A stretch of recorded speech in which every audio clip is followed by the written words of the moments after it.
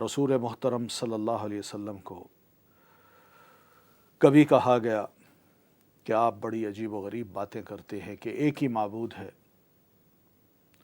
اور پھر کبھی یہ کہا گیا کہ آپ رسول ہیں ہی نہیں، لست مرسلا،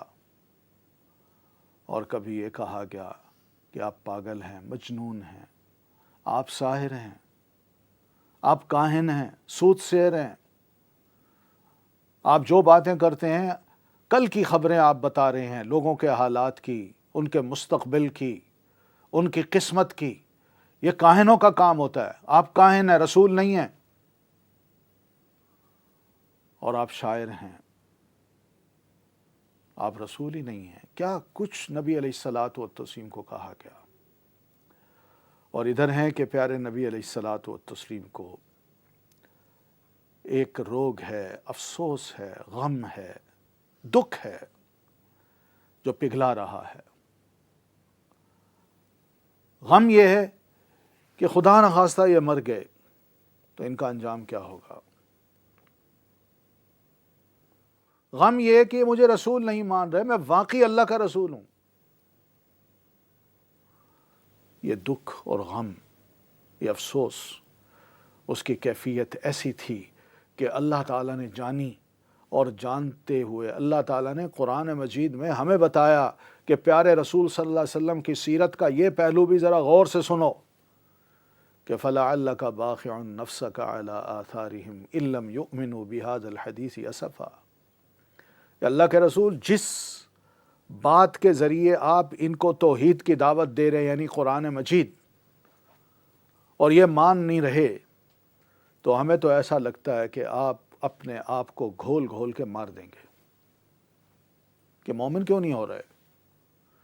رسول محترم ان کی ہمدردی اپنے دل میں رکھتے تھے۔ اس ہمدردی کو کہا گیا حزن، فلا يحزنک قولہم، پیارے رسول ان کی باتوں کو سے آپ غمگین نہ ہوں۔ حزن، حزن میں یہ نہیں کہ آپ کو اپنی ذات کا غم تھا کہ مجھے گالیاں دیتے ہیں، مجھے برا بھلا کہتے ہیں، نہیں، بلکہ ان کے بارے میں آپ کے دل میں افسوس اور غم ہوتا تھا کہ یہ لوگ اگر خدا نخواستہ فوت ہو گئے، مجھے نہ مانا، تو قرآن مجید تو یہ بتاتا ہے کہ پچھلی قوموں نے جب رسولوں کو نہیں مانا تو اللہ کا عذاب ان پر آیا اور بے ایمان ہو کے وہ مرے۔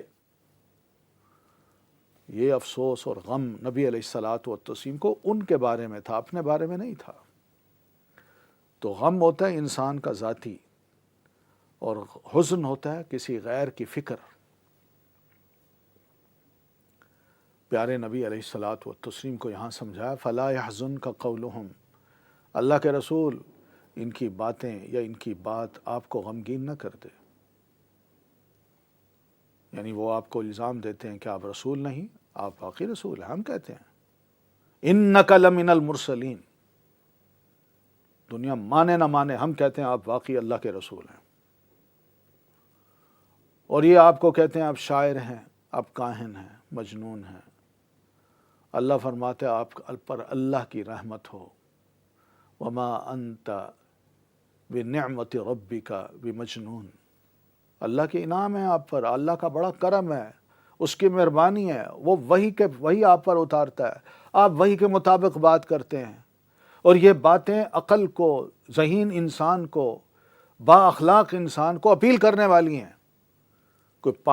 پاگل انسان کی باتیں نہیں ہیں۔ اس طرح کی باتیں نبی علیہ الصلاۃ والتسلیم کے خلاف عام ہو رہی تھیں، اور رسول محترم اپنی ذات کے لیے نہیں، ان کے لیے غمگین ہو رہے تھے۔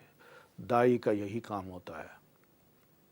دعوت دین کا کام کرنے والے کا یہی کام ہوتا ہے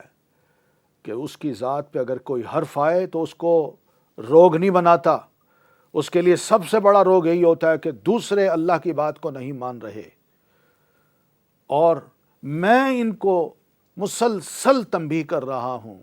بتا رہا ہوں، سمجھا رہا ہوں، دعا گو ہوں۔ یہ فکر داعی کو ہونی چاہیے، نہ کہ یہ کہ انہیں بد دعا دے یا ان سے مایوس ہو جائے۔ فلا يحزنک قولہم، انا نعلم ما یسرون وما یعلنون، اللہ کے رسول یہ جو کچھ راز و نیاز کی باتیں کرتے ہیں، چھپ چھپ کے باتیں کرتے ہیں، ہم ان کو بھی اچھی طرح جانتے ہیں، اور جو علانیہ کرتے ہیں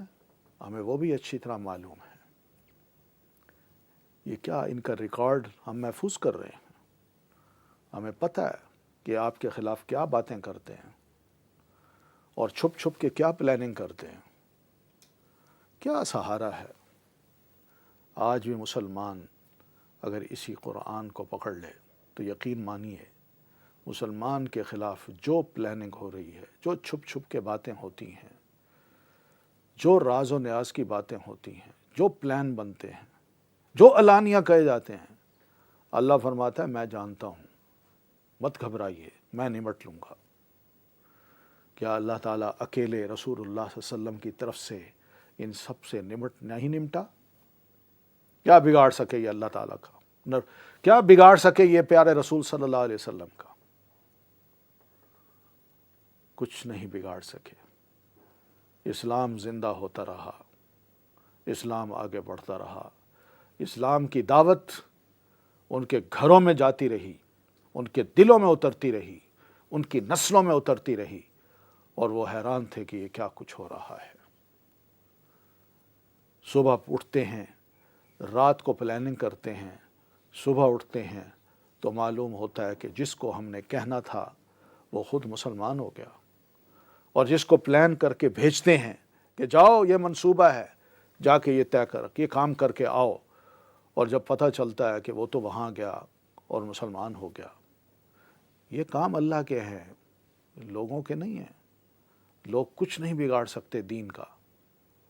فلا يحزنك قولهم انا نعلم ما يسرون وما يعلنون، جو علانیہ کرتے ہیں، جو چھپ چھپ کے کرتے ہیں باتیں، اللہ فرماتا ہے میں جانتا ہوں، اور حقیقت ہے ہمیں پتہ نہیں چلتا، رسول محترم کو بھی پتہ نہیں چلتا تھا کہ یہ رات کو بیٹھ کے کیا منصوبے کرتے ہیں۔ یہ تو وحی کے ذریعے آپ کو بتا دیا جاتا، لیکن اس جملے کا کہنے کا مقصد یہی ہے کہ اللہ کا رسول، ہم نے آپ کو اکیلا نہیں چھوڑا ہوا، آپ کے دشمنوں کی ایک ایک خبر ہم لے رہے ہیں، اور ان کی ایک ایک حرکت کا ہمیں پتہ ہے، اور یہ بھی پتہ ہے کہ یہ کیا منصوبے بناتے ہیں، یعنی ہم ان کو نمٹیں گے، آپ اپنا کام کرتے رہیے۔ بہت بڑا سہارا ہے قرآن مجید ایک مسلمان کا، اللہ سے جوڑتا ہے، اللہ سے امیدیں مسلمان کی وابستہ کر دیتا ہے، ایمان مضبوط کرتا ہے، اور جب اللہ کا سہارا انسان کو مل جائے تو اس کے بعد کسی سہارے کی ضرورت نہیں ہے۔ اولم یر الانسان، کیا اور انسان نہیں دیکھتا،